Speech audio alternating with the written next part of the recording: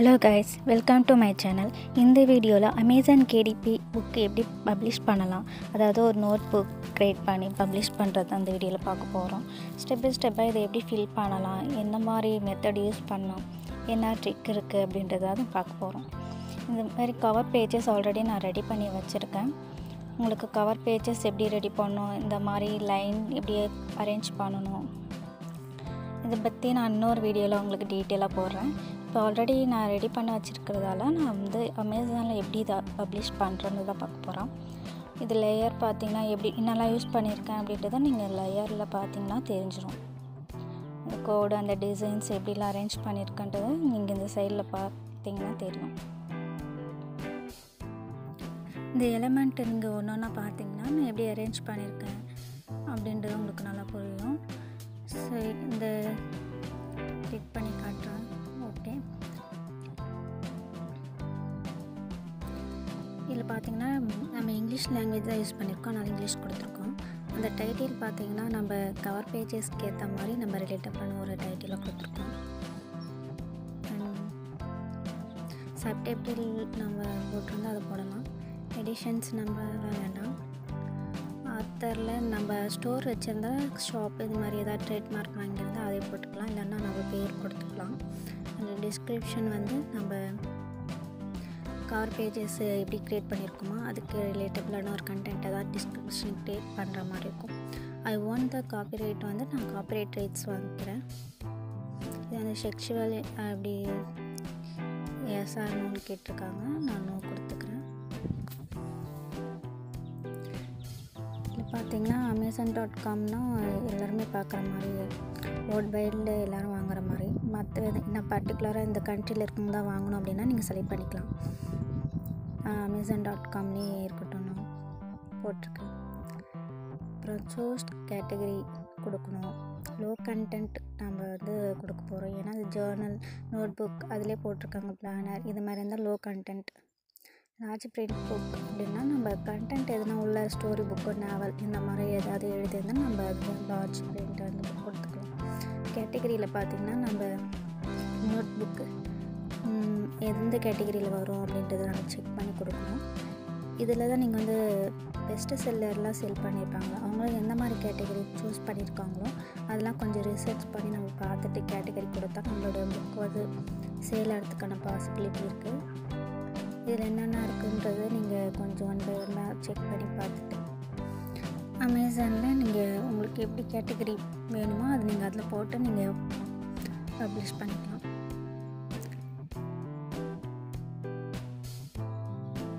நம்ம பார்த்திங்கன்னா நோட் புக்குன்றதால இந்த கேட்டகரிலாம் செக் பண்ணிவிட்டு நம்ம போடலாம். காம்போசிஷன் நோட் புக் அப்படின்னு இருக்கும். நீங்கள் கலரிங் புக் க்ரியேட் பண்ணியிருக்கீங்கன்னா கலரிங் புக்கான ரிலேட்டபிளான நீங்கள் கேட்டகரி சூஸ் பண்ணிக்கலாம். நம்ம நோட் புக்குன்றதால நோட் புக் கிராஃப்ட் அப்படின்னு சொல்லிட்டு இருக்கும், அதில் நீங்கள் செலக்ட் பண்ணிக்கலாம்.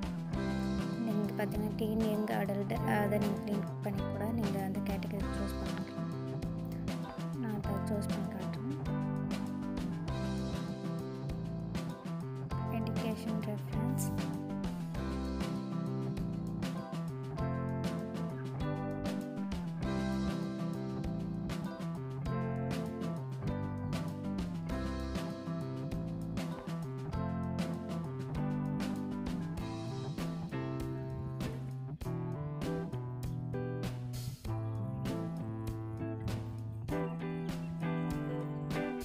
பார்த்திங்கன்னா காம்போசிஷன் க்ரியேட்டிவ் ரைட்டிங் அப்படின்னு அதுக்கு ரிலேட்டபிளான ஒரு கேட்டகரி நான் செலக்ட் பண்ணிட்டேன்.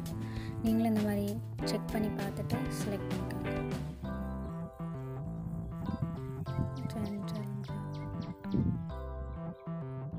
எல்லாம் கரெக்டாக இருக்கான்னு செக் பண்ணிட்டு சேவ் பண்ணிக்கோங்க.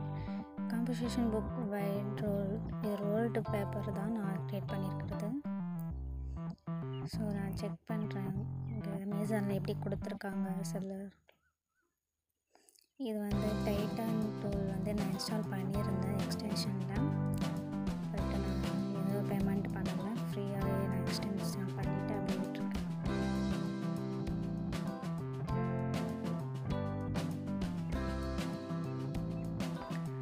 இது குயிக்காக நம்மளை மாதிரி இண்டிபெண்ட்லி க்ரியேட் பண்ணவங்க யார் அப்படின்னு செலக்ட் பண்ணும்போது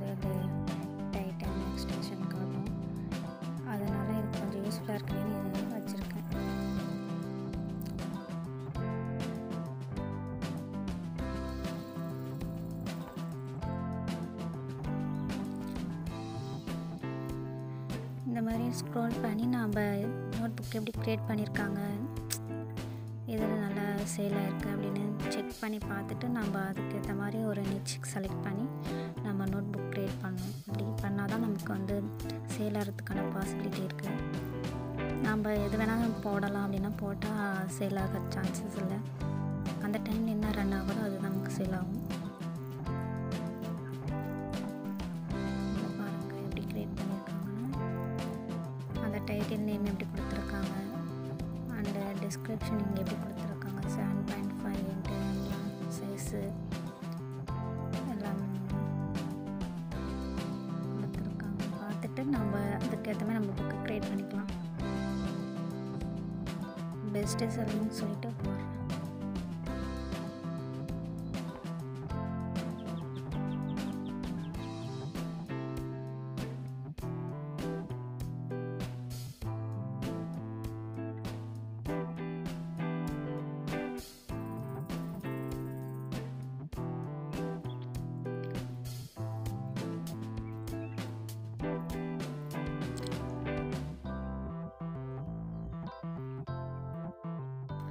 பெஸ்ட்டு செல்லருக்கான ரிசல்ட் எல்லாம் காட்டுது.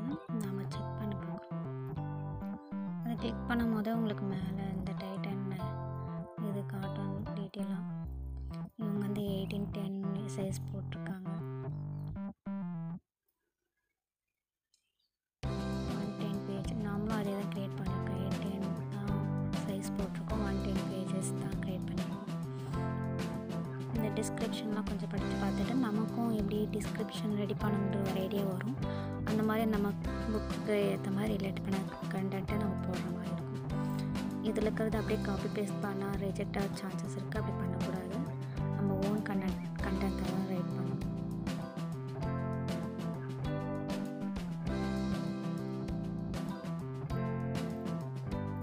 இந்த மாதிரி டிஸ்கிரிப்ஷனில் நீங்கள் பார்க்காத ஃப்ரெண்ட்ஸ்க்கு எடுத்து வச்சுட்டு நீங்கள் வேணால் டிஸ்கிரிப்ஷன் நீங்களே ரெடி பண்ணலாம். இல்லை ChatGPT இது யூஸ் பண்ணி கூட நமக்கு வேணுன்ற மாதிரி கண்டென்ட்டை ரெடி பண்ணிக்கலாம். பட் அதே அப்படியே யூஸ் பண்ணக்கூடாது. ChatGPTயில் கொடுக்குறது நம்மளுடைய ஓன் கண்டென்ட்டும் அதில் இருக்கணும். 90% ஏஐ க்ரியேட் பண்ணி கொடுத்தது நம்ம போட்டால் நமக்கு ரீக்ரியேட் பண்ண சொல்லி அவங்களே மெயில் போட்டுருவாங்க. அமேசான் சைடில் அந்த மாதிரி பண்ணக்கூடாது.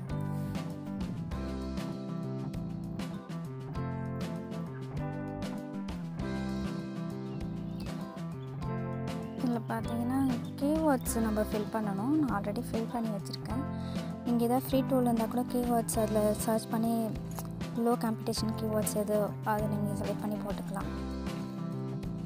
சேவ் சக்ஸஸ்ஃபுல் சேவ் கொடுத்ததாச்சு. அப்புறம் பேப்பர் பேக் கண்டென்ட் இதுக்கெலாம் நீங்கள் ISBN கொடுக்க வேண்டிய அவசியம் அவங்களே போட்டிருப்பாங்க. நான் வந்து பிளாக் அண்ட் ஒயிட்டில் தான் கொடுத்துருக்கேன் இன்டீரியர். இது நீங்கள் செலக்ட் பண்ணி பார்த்தீங்கன்னா உங்களுக்கு கலர்ஸ் சேஞ்ச் ஆகும். சைஸ் எந்த மாதிரி சைஸ் அப்படின்றதெல்லாம் சைடில் உங்களுக்கு கொடுத்துருப்பாங்க. ப்ரீமியம்னால் இந்த மாதிரி உங்களுக்கு ஒரு மாடல் உள்ள நாவல் எழுதுகிறவங்க, ஸ்டோரி புக் எழுதுகிறவங்க இந்த மாதிரி இங்கே எது கொடுக்கலாம் அப்படின்றத நீங்கள் இதை செலக்ட் பண்ணிக்கலாம். நம்ம வந்து நார்மலாக ஒரு நோட் புக் தானே க்ரியேட் பண்ணியிருக்கோம். ஸோ நம்ம பிளாக் அண்ட் ஒயிட்டே பெஸ்ட்டு. நமக்கு கிளிக் பண்ணி காட்டுறேன் எப்படி சேஞ்ச் ஆகுது அப்படின்னு.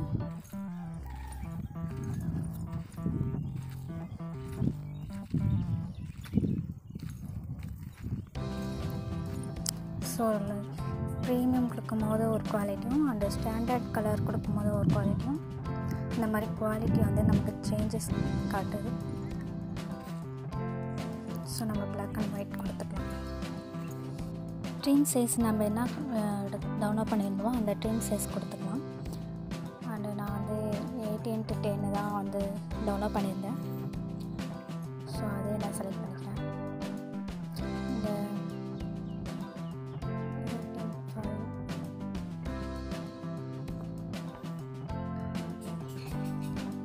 இங்கே பார்த்தீங்கன்னா ஸ்டாண்டர்ட் அண்ட் நான் ஸ்டாண்டர்ட் இந்த மாதிரி நிறையா கொடுத்துருக்காங்க. நம்ம ஸ்டாண்டர்ட் மாடல் வேணும் அப்படின்னாலும் எடுத்துக்கலாம். இல்லை அப்படின்னாலும் நான் ஸ்டாண்டர்ட் எடுத்துக்கலாம். நான் எடுத்தது பார்த்திங்கன்னா 18:10 தான் எடுத்தேன். இந்த சைஸ் தான் நான் செலக்ட் பண்ணேன்.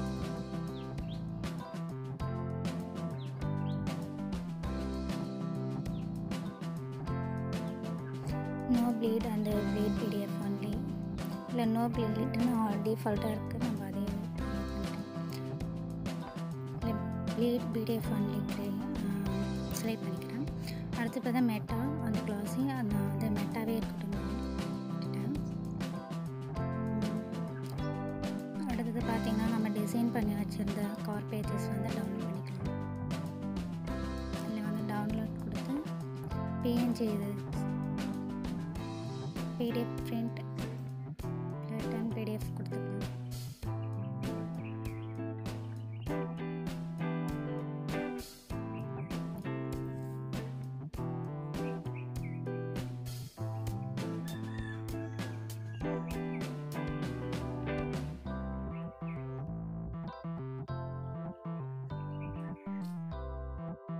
அப்புறம் இன்டீரியர் பேஜஸ் வந்து நம்ம பார்த்துட்டு எல்லாமே கரெக்டாக இருக்கா, எத்தனை பேஜஸ் நம்ம க்ரியேட் பண்ணியிருக்கோம் செக் பண்ணிவிட்டு டவுன்லோட் பண்ணிக்கலாம்.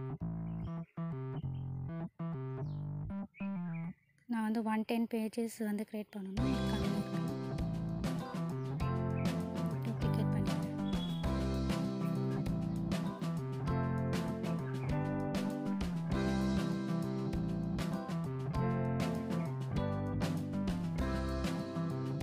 ஸோ அந்த 3 டாட் கிளிக் பண்ணிங்கன்னா டூப்ளிகேட் பேஜஸ் க்ரியேட் பண்ணிக்கலாம்.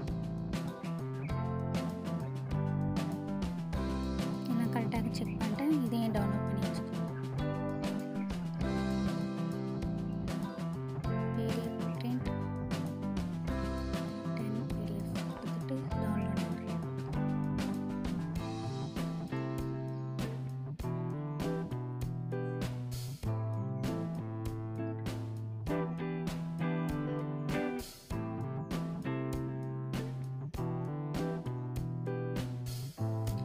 அப்லோட் மேனர் ஸ்கிரிப்ட் இருக்கு இல்லைங்களா, அதில் வந்து நம்ம இன்டீரியர் பேஜஸ் வந்து கொடுத்துக்கலாம்.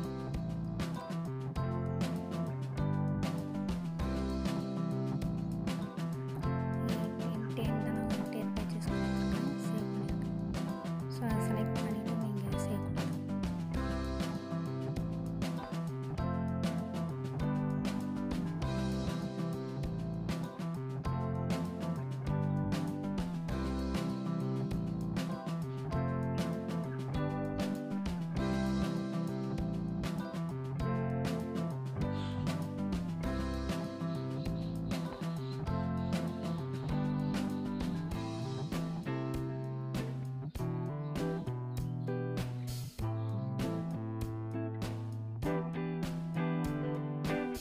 மேனர் ஸ்கிரிப்டில் நம்ம இன்டீரியர் பேஜ் அப்லோட் பண்ணுறோம்.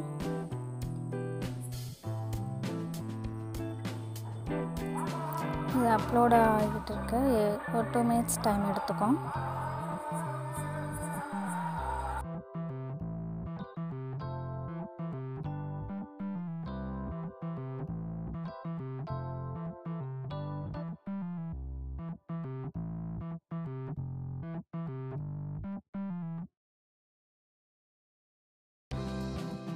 பண்ணிவிட்டு பார்த்தீங்கன்னா உங்களுக்கு அப்லோட் ஆகிருக்கும்.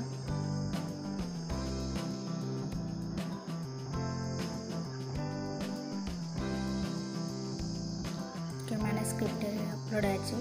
அடுத்தது நம்ம கவர் பேஜஸ் ரெடி பண்ணியிருக்கோம், அதையும் நம்ம அப்லோட் பண்ணிடலாம். அப்லோடு கவர் ஆல்ரெடி அதை நம்ம கிளிக் பண்ணி கொடுக்கணும். இல்லைன்னா நீங்கள் அமேசானில் ஒரு கவர் பேஜஸ் கொடுப்பாங்க, அதில் போயிட்டு நீங்கள் க்ரியேட் பண்ணுற மாதிரி ஆப்ஷன் இருக்குது. ஸோ நம்ம இப்படி தான் கொடுக்கணும்.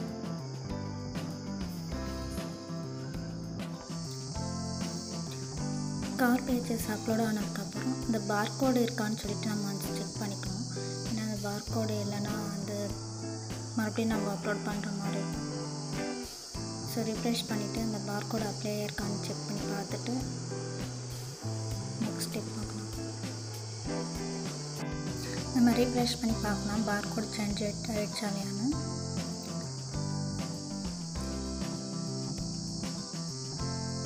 ப்ராசஸ் ஆகிக்கிட்டே இருக்குங்க. ஸோ வெயிட் பண்ணி பார்க்கலாம்.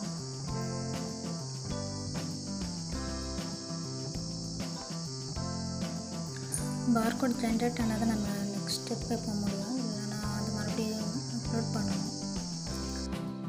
ரீஃப்ரெஷ் பண்ணிட்டு பார்ப்போம்.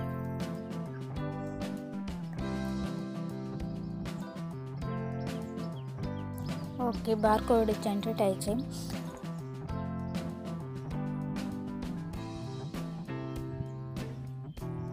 அடுத்தது பார்த்தீங்கன்னா, இது வந்து ஏஐ ஜென்ரேட் கண்டென்ட்டா அப்படின்னு கேட்டிருக்காங்க. நானும் கொடுத்துக்கிறேன். ஏன்னா இது நான் ஓனாக தான் க்ரியேட் பண்ணியிருக்கேன் எல்லாத்தையும்.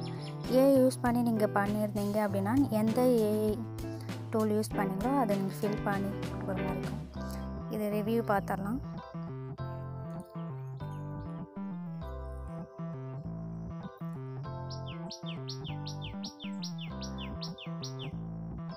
இதில் ப்ராசஸ் ஆகிட்டு இருக்குது. அதாவது நம்மளோட ஃபைல்ஸ் எல்லாம் கரெக்டாக இருக்கா அப்படின்னு இதிலே உங்களுக்கு காட்டிடும். எரர் இருக்கா இல்லைன்னு இதில் செக் பண்ணி கொடுக்கும் உங்களுக்கு.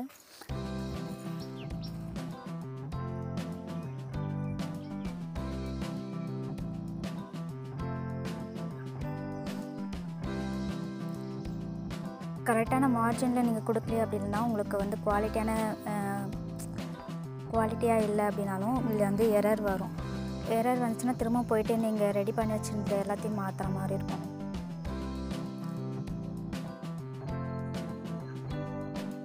இது ப்ரிவ்யூ பார்த்துட்டு நம்ம கரெக்டாக இருக்கான்னு செக் பண்ணிக்கலாம். இவங்களே ரெட் கலரில் அந்த மார்ஜின்ஸ் எல்லாம் காட்டியிருக்காங்க. அந்த ரெட் கலருக்குள்ளே நம்ம ரெடி பண்ணதெல்லாம் கரெக்டாக இருக்கா, எந்த கண்டென்ட்டும் பார்டர் தாண்டி போகலை அப்படின்னா ஓகே கரெக்டாக இருக்குன்னு அர்த்தம். இந்த சைடில் குவாலிட்டி செக்னு இருக்குல்லையா, அந்த இடத்துல நமக்கு எரர் மாதிரி ஒன்று ஷோ அப் ஆகும். ஏதாவது மிஸ்டேக் இருந்துச்சுன்னா அப்படி எதுவும் காட்டல. ஸோ நம்ம புக் வந்து கரெக்டாக தான் இருக்குது.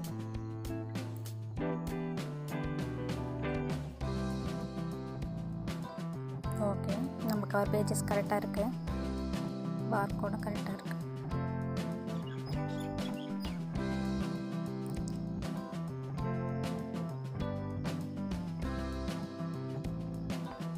அந்த டாட்டாக இருக்கிறது தான், அதை தாண்டி தான் அவங்களோடது கண்டென்ட் இருக்கக்கூடாது. இன்டீரியர்லேயும் பார்த்திங்கன்னா உள்ள லைனிங்லாம் அந்த டாட்டா டச் பண்ணாமல் அதுக்குள்ளே இருக்குது.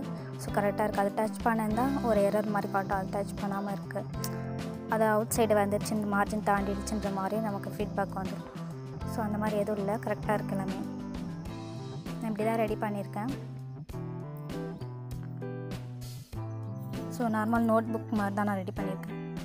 எல்லாமே கரெக்டாக இருக்குது, எந்த ஒரு எரரும் வரல. ஸோ நம்ம கீழே வந்து எக்ஸிட் பிரிண்ட் ப்ரீவியூன்னு இருக்கு இல்லைங்களா, ஏதாவது எரர் இருந்தால் நம்ம எக்ஸிட் பிரிண்ட் ப்ரீவியூ கொடுத்துட்டு வெளியே வந்துட்டு திரும்ப அப்லோட் பண்ணிக்கலாம்.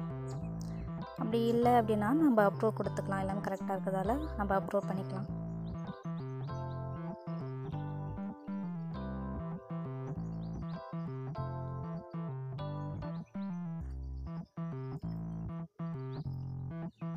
இது சேவ் அண்ட் கண்டினியூ கொடுத்துக்கலாம்.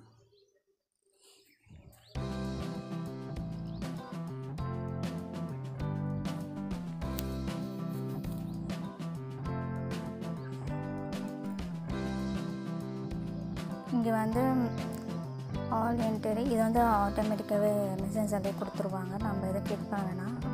ஸோ அது இருக்கட்டும். நம்ம ப்ரைஸ் வந்து கொடுக்க போகிறோம். நான் மார்க்கெட்டில் லிஸ்ட் பண்ணி பார்த்தேன். அங்கே வந்து 7.99 கொடுத்துருக்காங்க. நான் ரெடி பண்ணி புக் வந்து சரி நம்ம வந்து 7.95 அப்படின்னு கொடுக்கலாம் அப்படின்னு சொல்லி கொடுத்துருக்கேன். உங்களுக்கு பார்த்தீங்கன்னா ராயல்ட்டின்னு சொல்லிட்டு உங்களுக்கு காட்டும். நம்மளோட ப்ரைஸ் வந்து ராயல்ட்டியில் ரேஞ்சஸ் இது இருக்கான்னு அவங்களே வந்து மென்ஷன் பண்ணியிருப்பாங்க. அந்தந்த கண்ட்ரியில் எவ்வளோ வந்து பிடிப்பாங்க, எவ்வளோ வந்து இருக்கும், எவ்வளோ பர்சன்டேஜ்னு காட்டியிருக்கு. ஸோ எல்லாம் செக் பண்ணி பார்த்துட்டு நம்ம சேவ் பண்ணிக்க வேண்டியது. நீங்களும் ப்ரைஸ் வந்து மார்க்கெட்டில் எப்படி இருக்குன்னு பார்த்துட்டு அதுக்கேற்ற மாதிரி நீங்கள் உங்களோட புக்குக்கான ப்ரைஸை வந்து ஃபிக்ஸ் பண்ணிக்கலாம். இந்த மாதிரி தான் உங்களுக்கு சப்மிட் பண்ண வேண்டிய வரும்.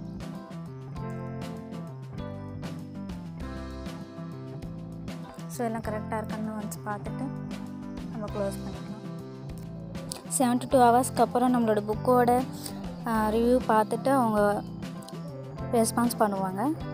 நமக்கு எல்லாம் கரெக்டாக இருக்குது அப்படின்னா நம்மளோட புக்கு கூட சேர்க்க அவங்க வந்துடும். இப்படி இல்லைன்னா அவங்க வந்து ஃபீட்பேக் கொடுப்பாங்க, என்னெல்லாம் கரெக்ஷன் பண்ணணும் அப்படின்ற மாதிரி. ஸோ நான் அந்தமாரி 2-3 புக் போட்டிருக்கேன். எல்லா ரிவ்யூ இருக்குது, லைவுக்கும் வந்திருக்கு. ஸோ எல்லாம் கரெக்டாக இருக்கான்னு செக் பண்ணிவிட்டு நீங்கள் இதுக்கப்புறம் எந்த சேஞ்சஸும் பண்ண முடியாது. உங்களுக்கு அகைன் ஃபீட்பேக் போட்டால் மட்டும்தான் நம்மளால் சேஞ்சஸ் பண்ண முடியும்.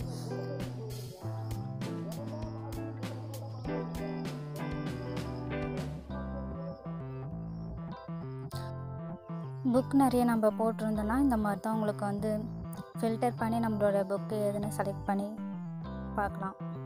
இப்போ டிராஃப்டில் இருக்குது அப்படின்னா நம்ம டிராஃப்டில் புக்கு செலக்ட் பண்ணி எடுக்கலாம். இல்லை ரிவ்யூவில் இருக்குன்னா ரிவ்யூ புக்கு வந்து பார்க்கணுன்னாலும் எடுக்கலாம். இல்லை பப்ளிஷ் ஆன புக் பார்க்கணுன்னாலும் நம்ம செலக்ட் பண்ணி பார்க்கலாம். அந்த மாதிரி இது ஃபில்டர் கொடுத்துருக்காங்க. ஸோ நம்ம இப்படி தான் நம்ம பப்ளிஷ் பண்ணுற மாதிரி இருக்கும் புக்கை. Okay guys, thank you. நம்மளோட சேனலுக்கு சப்போர்ட் பண்ணுங்கள். நெக்ஸ்ட் இந்த மாதிரி வீடியோ நிறைய போடுறேன்.